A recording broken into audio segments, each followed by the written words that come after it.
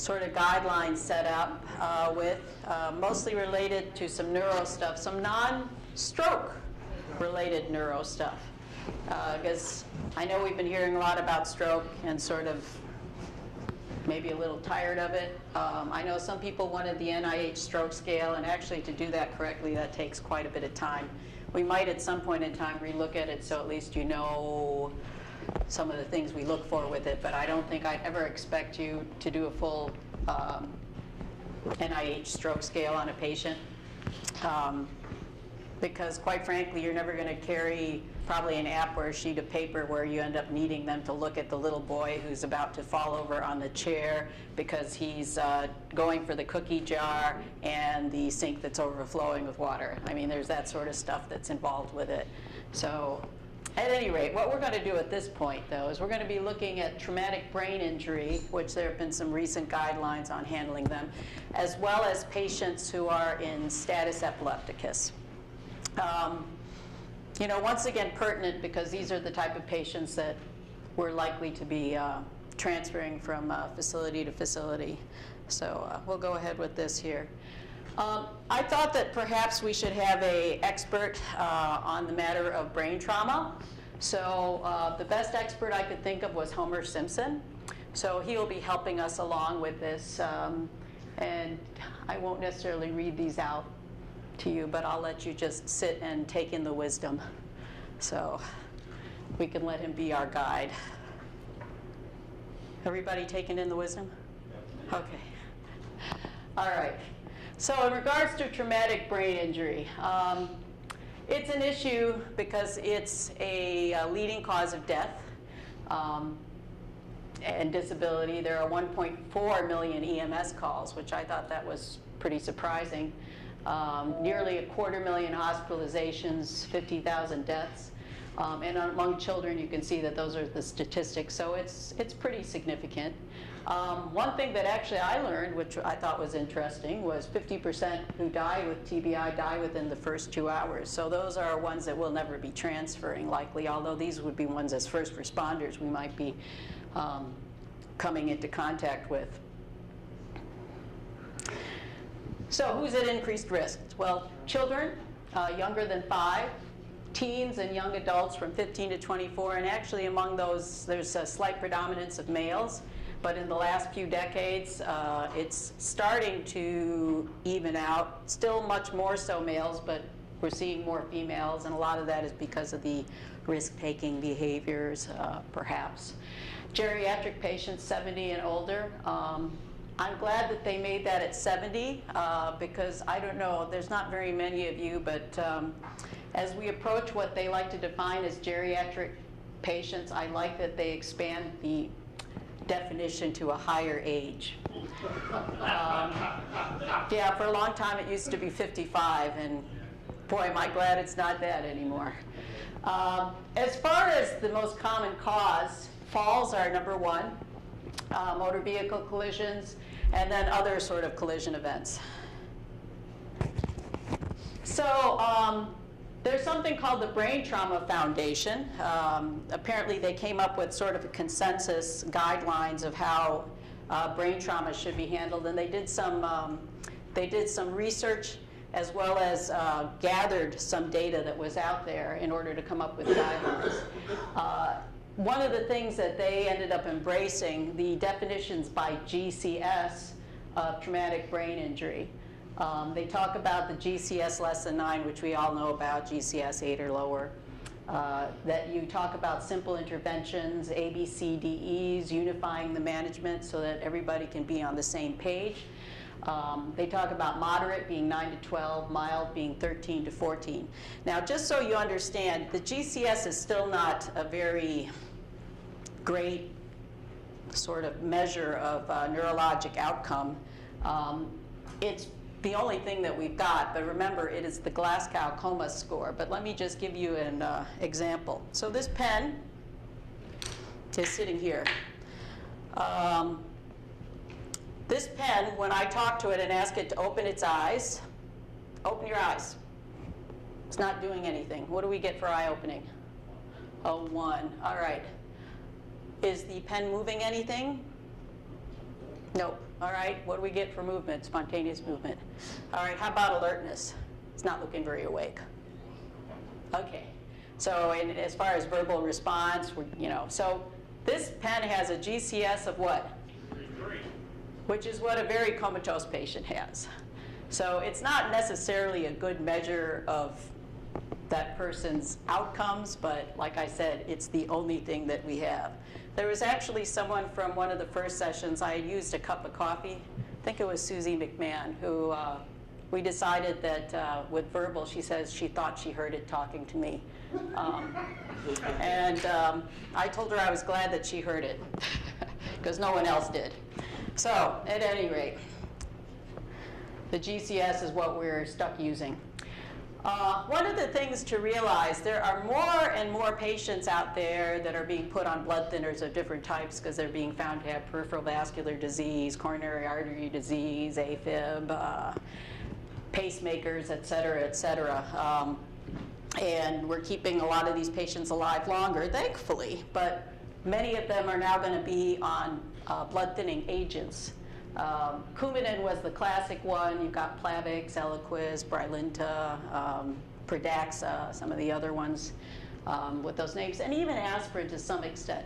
So one of the things is that if you have a patient with a head trauma and actually as a first responder and you find out that they might be on a blood thinner, let the trauma center or the hospital you're going to know early. For example, with the Coumadin, they've got to get FFP on that patient if that person has a head bleed.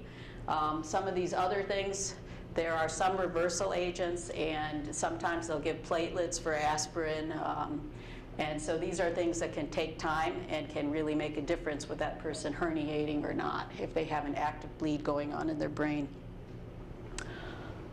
Oh, another Homer moment. Okay. All right.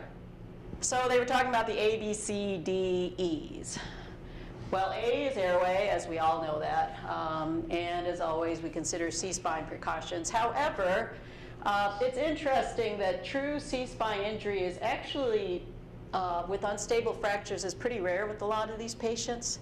However, part of the idea of being able to decide that they don't have a suspected spinal injury is being able to speak to them and determine that they don't have pain back there. So many of these patients you can't, so you're going to be collaring most of these.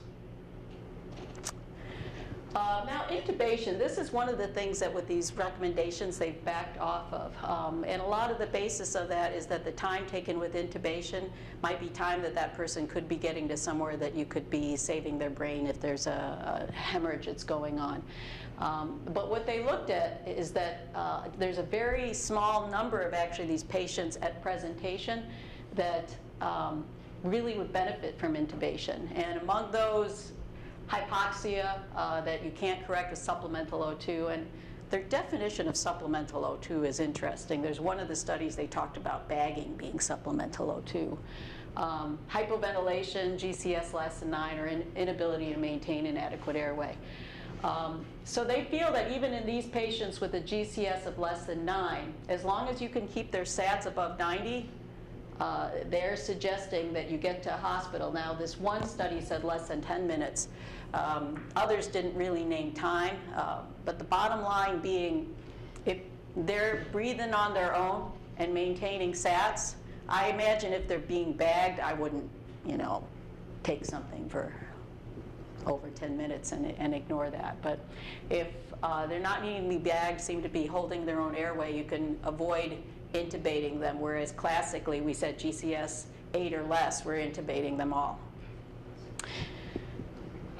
Pre-medication, so this is another concept that they're getting rid of too.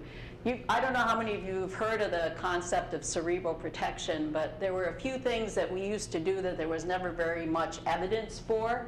One of them was giving lidocaine. So that's pretty much been debunked. What we used to think is that if you push them with a little bit of lidocaine, they might have a little bit less of sort of a bradycardic response when they're intubated, and that doesn't happen. Fentanyl was thought to be cerebroprotective, and while fentanyl is smiled upon as being something safe in head injury patients, it's not cerebral protective per se. It's just a better choice than others for some of the sedatives/analgesics. Agents that might increase ICP should be avoided. So ketamine is something for sedation in someone with a head injury that should be probably avoided, especially if there might be an increased intracranial pressure.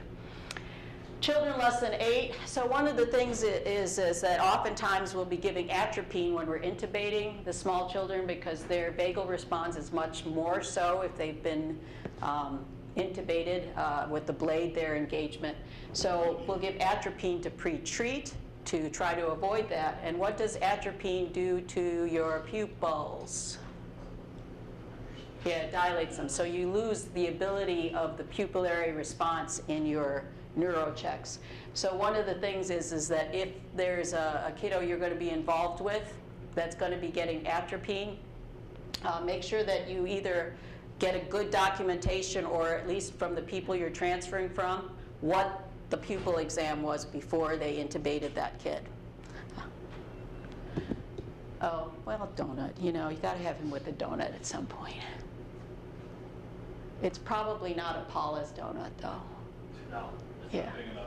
Yeah, I was going to say. So did you know, by the way, has anybody heard how many calories are in a Paula's donut?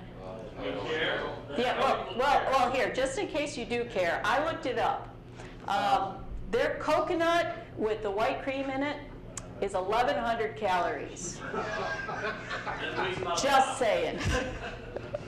Coconut's good for you. Well, sure. And you know, with that cream, I imagine that there's something in there. There's eggs in it. You got, you know, some protein there. Okay. So this is one that actually I'd never thought about. That in seeing this, I thought this was sort of a good point. Make sure that when the ET tube is secured, that the tie that's around it, or the strap, doesn't end up in the back of their neck, and more importantly, coming around the front of their necks, because you can end up with the jugulars occluded, and therefore you have obstruction of outflow, venous outflow there, and therefore you can end up with increase in ICP because the brain can't decongest downward.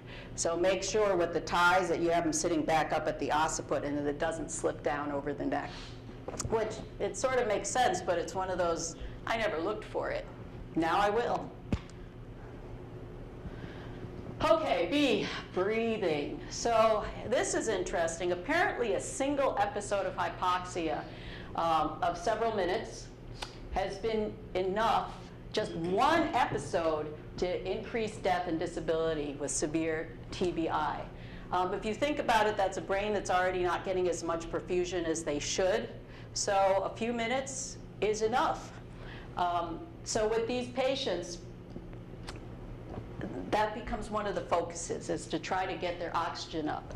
I guess the one study they look at is a little bit more than a quarter of their patients were found to have at least one hypoxic episode. So if they're talking about outcomes being changed, that's a significant number. The current recommendations are that you give 100% supplemental O2. Okay, so if you have someone who's breathing well, maintaining their airway, and doesn't seem to be having much difficulty, their SATs are upper 90s to 100, probably don't need the non-rebreather. Could probably get away with cannula, but the suggestion is that you give them the oxygen because you don't want to allow them the opportunity to end up dropping. They talk about an advanced airway if they are continuously dropping their SATs.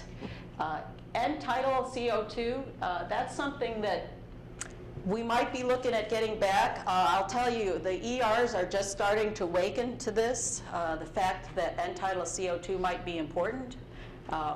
As I'm sure a lot of you, I don't know how many of you have had the experience to get to the emergency department and you say their end-tidal has been whatever, and they look at you like you got two heads, like what in the world are you talking about? Which is sort of... Therapists don't even, the respiratory therapists look at you like you're... Well, they might look at you, a lot of them, they know what it is, but it's like no one has listened to them or talked about that forever. It's like, yeah, whatever. So at least they know what's behind it with RT. But a lot of the emergency literature is starting to suggest that this is important, actually for procedural sedations with the nasal cannula, which some of you remember that we accidentally got those for a while. You might be seeing some of those back. We'll have to see exactly how that ends up coming around. But end tidal capnometry certainly in someone who's intubated is going to be important. And we'll talk about why. So what about hyperventilation? Well, those of you who have been around long enough remember the whole hyperventilation thing. So we used to talk about you want to end up decreasing, vasoconstriction to the brain, therefore you decrease edema. So we used to talk about hyperventilate them like crazy. And then maybe about 15 years ago they said, well, maybe not like crazy. So maybe we're talking about a PCO2 of 20 to 25, which is the same thing as your end tidal. So what's a normal end tidal? 35 to 40. Yeah, 35 to 40. So they're basically talking about driving them down to a 20 to 25. About 10 years ago, they said, well, maybe not quite that low. Maybe 25 to 30 is where we want to shoot for. And now they're talking about even higher, but we'll look at that here. Hyperventilation, they say it's good because it'll decrease blood flow and ICP, but because you're decreasing blood flow, you're decreasing oxygen being carried up to that brain. So it's a little bit of a difficult balance. The other thing too is I don't remember how many of you remember seeing like those curves when they talk about the blood gas and pH and dissociation and all that other stuff. But when you hyperventilate, you actually increase the pH, which ends up making the hemoglobin want to hang on to oxygen even more and not release it to tissue like brain. So that's one of the other issues that you run into with it. There's not as much available oxygen either for the blood to give off or even to be flown, to be up to the brain as far as blood flow. So hyperventilation is bad then, right? Well, except in the event of herniation. So herniation, what are the signs? Decerebrate posturing, flaccid response. Yeah, well, actually, we'll talk about that too. Dilated, non-reactive pupils, but remember, if they got atropine, that'll mess up that whole thing. Or asymmetric pupils, which is sort of an interesting thing. We'll talk about that. Decrease in GCS, so if that person drops their GCS more than 2 from what their best score was, that can be a sign of imminent herniation. Capnometry, on the other hand, normally you want to try to keep someone with a head injury between 35 to 40, unless they're showing signs of herniation. So what do you do in order to do that? They talk about trying to maintain a tidal volume of about 6 to 7 mLs per kilo. So you're talking about a regular bag, and they talk about 10 breaths per minute. Is about what you're talking about with most patients if you're trying to maintain a normal end tidal or the PCO2 there. So if you end up having signs of herniation, you want to try to maintain normal ventilation. So you want to try to maintain them between 35 to 40, and you properly oxygenate them. If they continue, even with oxygenating them correctly, that's when you start thinking about transient hyperventilation. So this isn't a state that you're going to keep someone in. You're going to be doing maybe about 5 minutes at a time of hyperventilating them, where you want to try to get their end tidal between 30 to 35. So it's not really dropping them too much. So a rate of 20 breaths per minute should be all that you need to do that. And that's real easy to slip between 10 to 20. So just an example of some rates here. Eucapnia is normal end tidal.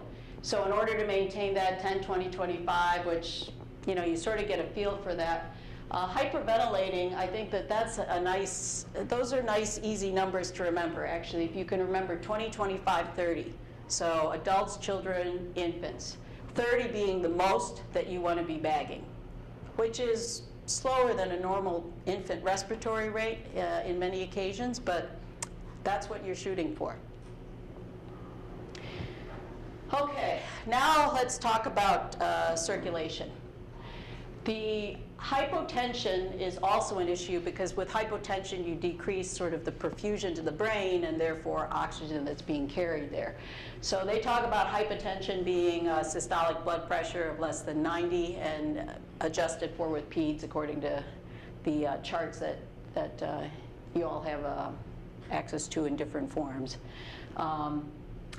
So as far as the hypotension issue, that's just as harmful as hypoxia if they have just even one episode of it for a few minutes, because it effectively causes hypoxia. They talk about using the mean arterial pressure, which some of you might remember from wherever, that it's the systolic blood pressure plus twice the diastolic, and you divide the whole thing by 3. I don't expect you necessarily to be calculating a mean arterial pressure on patients. Probably what's a pretty good estimate is looking at the systolic and looking for a systolic that's at least 90 in most of these patients. So cerebral perfusion pressure. Oh, does anybody remember what cerebral perfusion pressure is?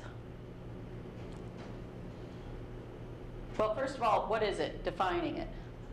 Anybody? Basically, it's the blood flow, it's the pressure of the blood flow to the brain. So, what are the 2 elements that play a role with it? What is it? Yeah, so the mean arterial pressure, which is sort of indirectly the SBP, and then the ICP, which is the intracranial pressure. So it's the MAP minus the intracranial is the cerebral perfusion. So as the ICP increases with situations of traumatic brain injury, either from edema or from there being hematoma that's expanding, you need to keep up the cerebral perfusion pressure by maintaining the mean arterial. So increased ICP, here are some signs of it. Early on, it can be subtle changes just in behavior. The pupils oftentimes are sluggish. You might end up having some changes between the 2. Motor function, oftentimes what they'll have are changes on the one side, perhaps, and it's going to be opposite the side of the injury. And vital signs, so here's one of the things. First of all, someone was mentioning the triad, Cushing triad. What are those? What about heart rate? What happens with that? Drops. Drops. How about respiratory rate? Yeah, well, actually, it drops with Cushing response. And then the blood pressure? Yeah, it goes up. But what happens oftentimes early in ICP, there's a little agitation with the patient, and they haven't had that reflexic drop in heart rate, so they actually might have an elevated heart rate in addition. So that can actually be a sign of sort of increasing and impending ICP problems. More late signs, you have the level of consciousness where they become unresponsive or not very arousable. Pupils fixed and dilated or blown. Hemiparesis, posturing, or even flaccidity. And here's where we end up seeing the triad. Usually by the time you see that, you have on the order of minutes to try to fix that. So that would be a situation you could try to increase the bagging rate up to 20 for 5 minutes at a time and seeing if it improves. So in that situation, you would bag them, and when they improve, as soon as you get improvement in those vital signs, you're supposed to back off to what they call eucapnia again. Well, treating hypotension, going back to that. Normal saline, LR boluses, 2 liters initially they recommend. Some early studies with hypertonic saline were promising. So I look at that, and I was actually a resident involved in one of those early studies. So I really hate that they talk about that as some sort of little historical thing in the background there.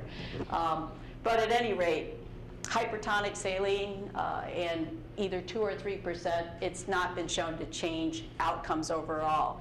It does change survivability out of the emergency department, which is what a lot of us used to measure, which is why we thought that this was just, you know, such hot stuff. But at a month out, doesn't change anything.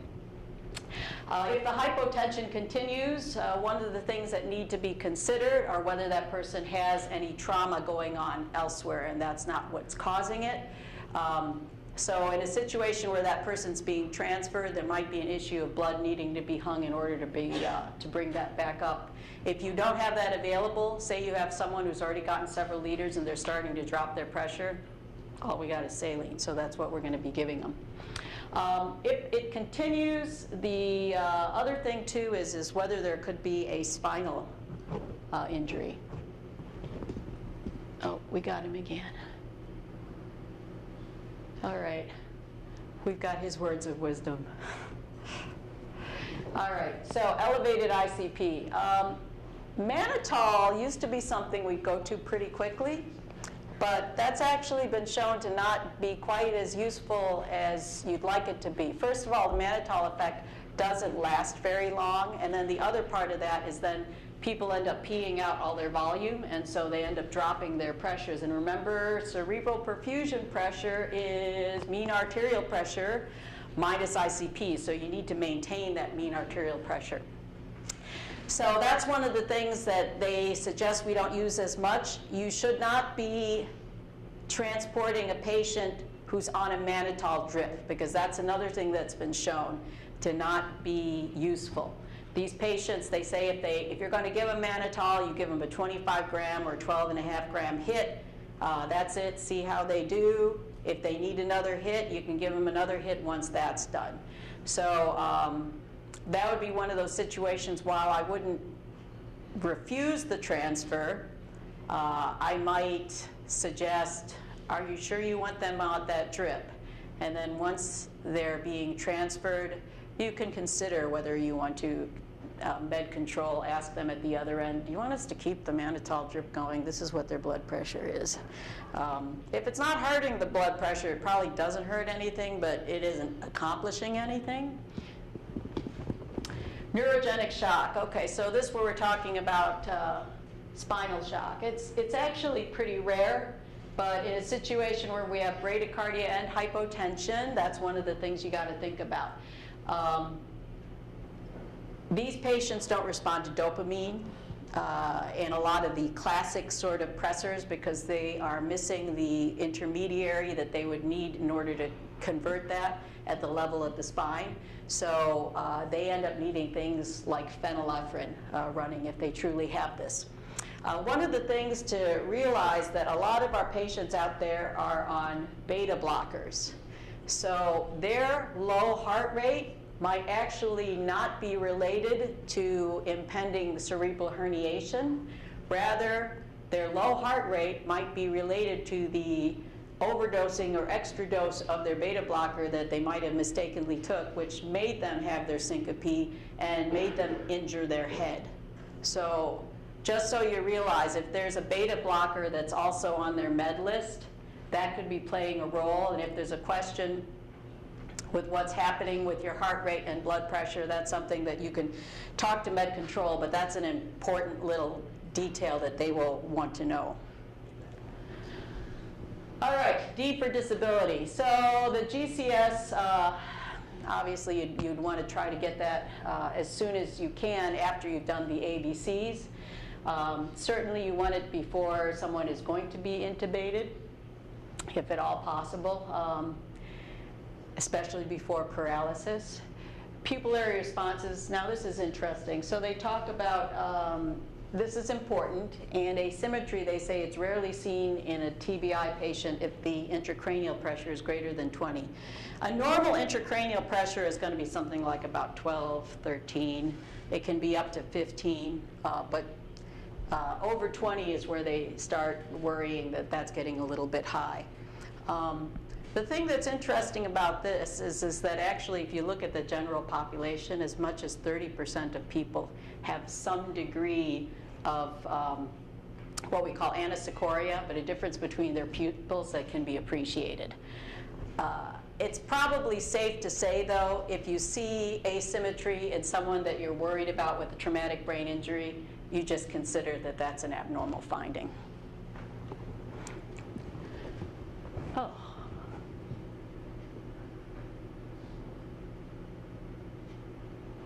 Oh well, poor Homer. Had to have the dough in somewhere. All right.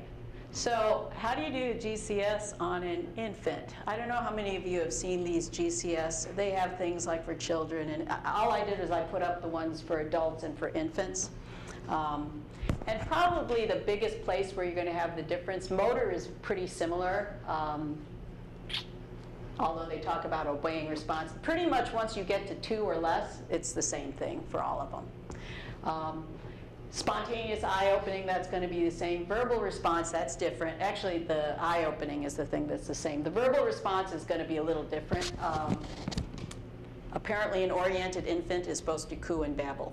So that's how that's interpreted. Irritable cry, cries to pain, moans, grunts. That's going to be a very subjective thing, but an important thing is to watch if that child changes in front of you. Motor response, spontaneous movement, withdraws to touch, and probably that should be spontaneous, sort of directed movement.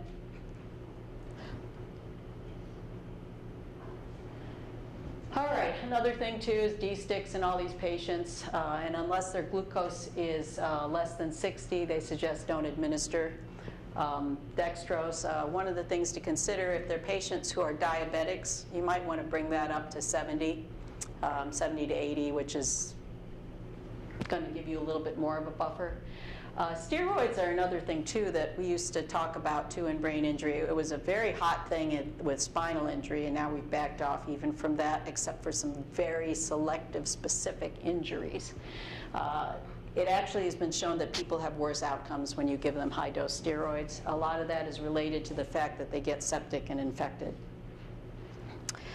So expose and transport, fully exposed, pay attention to heat loss, yada, yada. And they talk about the secondary survey being important with these patients. Oh, let's see. Healthcare system, secondary to, well, it's a good thing we're not practicing in Paraguay, isn't it? Anybody know where Paraguay is? South America, right? I think so. All right. All right, patients are going to do better if they're transferred to someone who can handle their situation, obviously, so that's where we're going to end up being involved. Apparently, when they looked at subdural hemorrhages specifically, the patients definitely did better when they were transferred to someone who had neurosurgical capabilities. They actually looked at if they set up some standards. Actually, if you had a severe TBI, if you remember those definitions there, they recommend transfer to a neurosurgical capable facility. If you have a moderate TBI, the suggestion is to a trauma center that can be consulted on with neurosurgery. If you have a mild TBI, you're actually probably okay staying where you are with a good follow-up. So, just some examples of some of the stuff that we might be seeing. Depressed calvarial skull fractures. So when we look at the bone, I don't know if some of you remember seeing with some of the skeletal cross sections. If you look at the bone of the skull, there's like the inner, and they call it tables, the inner table, the outer table, and in between there's sort of like a porous sort of thing. It looks a little bit like the malted milk ball inside, as far as what the inside of the bone is like. In a situation where they have a fracture that's depressed through both tables, that's where there is a complete fracture and the whole piece is depressed, both the outside and the inside. In a situation where there's just a divot or dent, there's a little bit less risk of there being a significant head injury because of the fracture itself. So we don't worry about that as much. But in a situation where you have that, there's more likelihood of bleeding around there. And obviously that poses a risk if there's an open area over it for that being an open fracture directly into the brain. So there's concern with that. If it's something that crosses over a suture line, there's always a lot more vascularity there, so they have a lot more likelihood of having hemorrhage. Just an example. Can anybody see that there's a depressed fracture there? It's subtle. All right, so that's just an example. Basilar skull fracture. So a lot of us have heard of these and we know what to look for. What are some of the signs of basilar skull fractures? Battle sign. Anything else? Raccoon eyes. They talk about hemotympanum, CSF leaks, things like that. A lot of those actually take time because the CSF or bleeding has to seep to the areas that you're going to end up finding these signs in. One of the things that happens actually pretty early on if there is some entrapment of that bone is that the cranial nerve that ends up traveling the greatest distance through there is cranial nerve number 6, and that's related to the lateral eye movements of the eyes. So the person will end up, when they're looking toward one way, having the nystagmus. So if you have that in someone with a head injury, that's a little worrisome for a basilar skull fracture. Yeah, so here's an example. They show the eyes. Realize that the raccoon's eyes and the battle sign are blood that has to seep down there, so those things can sometimes take on the order of hours to show up. They might not be showing up right away. How many of you have seen these? And how long were those patients post-injury? They were a few hours? Yeah. Yeah. So it doesn't necessarily show up right away. The CSF leak, actually, that shows up relatively quickly. And by CSF leak, we're not talking about a little runny nose. It looks like water coming out of their nose. All right, so there's just some examples of them. They're not great pictures, but it's the idea. Hemotympanum, actually what they see, and this is something that I get the residents lots of times. I looked in the ear and I saw blood, so it's hemotympanum. No, actually that's just blood that probably ended up in the ear canal from whatever laceration they have. Hemotympanum itself actually looks like purple sitting behind a skin that's bulging toward you. So that's actually more so what hemotympanum is. All right, patients with a midline shift of greater than 4 millimeters. So how big is 4 millimeters?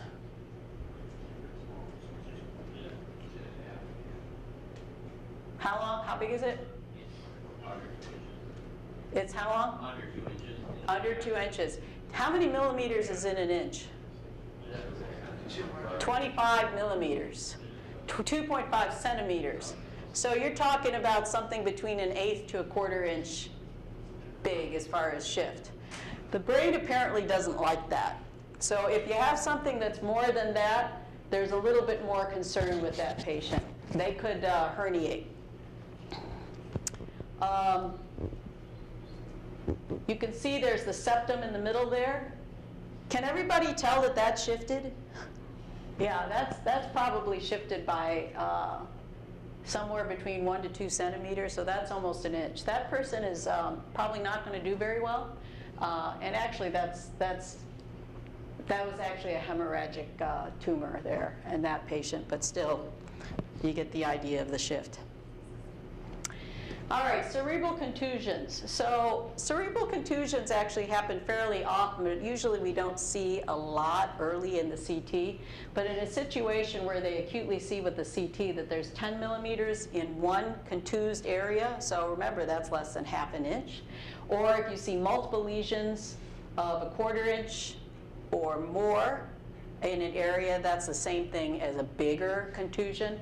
That's someone that can end up having more brain edema and more risk of increased intracranial pressure and therefore herniation. And there's just some examples there of it.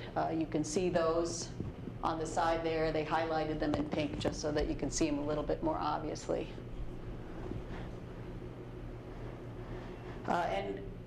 Well, actually, we'll do that here with the subarachnoid. So subarachnoid hemorrhage is actually when you end up with bleeding, and it's actually usually within the brain. And there's several ways that can happen, but ones that are a quarter inch or more, that's significant. If that person has a history of an aneurysm, you always wonder if that's actually not what caused the bleed and made that person have the syncope that made them go down, which would subtly change the therapeutics with that. I mean, if they're herniating, they still need to end up getting drilled, but in order to prevent the bleeding from continuing, someone probably needs to embolize or stent that. And the difference being when they're looking at CAT scans is the location of where they see the bleed. So here's just an example. You can see it sitting in the brain there, the subarachnoid bleed there. Now, the hemorrhages or the hematomas that we know a little bit more are the subdurals and the epidurals. Subdurals tend to be venous bleeding, and they usually happen from veins along the outside being torn, and then you end up getting blood that ends up accumulating and pushing. So they talk about also a 1/4 inch acutely being an issue. Now, people with chronic subdurals, that's another issue, and the elderly can also handle more in their brain. Once again, I don't like the reference to the elderly, but I'm glad that they make that closer to 70 now. So they might not actually show signs of subdural hemorrhage. In a situation where they're on blood thinners, actually we don't wait for them to get a 1/4 inch in size. They end up taking care of them before that. So the difference in how they look, the subdurals, because of the way they sort of push on the outside of the brain, they're not happening that quickly. It sort of tracks along the outside and gradually sort of fills up space, pushing the brain over. And actually, there is some midline shift if you look at that. There's pressure on that one ventricle there, which is the lucid area there. But that midline septum, it's sort of bowing there. So there's a little bit of midline shift there. And epidural, that's the one that we all talk about being the one that we're scared about with people that they can go down quick. And in fact, they can, because this is usually, you're talking about arterial bleeders. They happen very quickly. And the way that they compress the brain is a different sort of pattern of what we see. We used to talk about how what they would need to have is the loss of consciousness and then a time of lucidity, and then if they had loss of consciousness again, they were about to go down. These patients actually don't necessarily even need loss of consciousness anymore. That's been shown that actually all they need is sort of the right trauma, and then you see them going down quick. That's someone who probably has an epidural, and they'll probably end up with a hole put in their skull. As you can see there, that's a little bit more of a lens shape as opposed to the other ones that is a little bit more of a crescent, and that's because it's so quick with the bleeding, it just goes and compresses the brain instead of tracking along the outside of it. So that's your signs of epidural there. And Homer's last word of wisdom. I hope I didn't brain my damage. All righty, any questions about traumatic brain injury? Yes. Use of steroids with spinal injuries, didn't the NFL have that whole program of high-dose steroids on?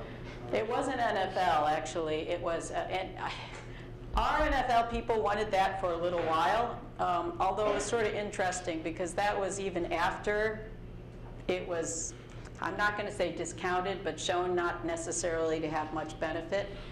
There's a very specific type of patient that ends up benefiting from it. Someone with spinal narrowing, someone with edema, and it's going to be only in an area of the cervical spine, so it's not all comers anymore. For a while they had it that they were saying cervical to upper thoracic, and it's not even that anymore. There's just a very select population, and they don't necessarily need it right now, right away. They can get the imaging, and you can see if they have the kind of edema that's going to be responsive to it, because a lot of these patients' outcomes were worsened. They were getting infected. I know that we have that situation with the one player, I forgot his name, that they thought it was the high-dose steroids, and it actually probably wasn't the high-dose steroids, but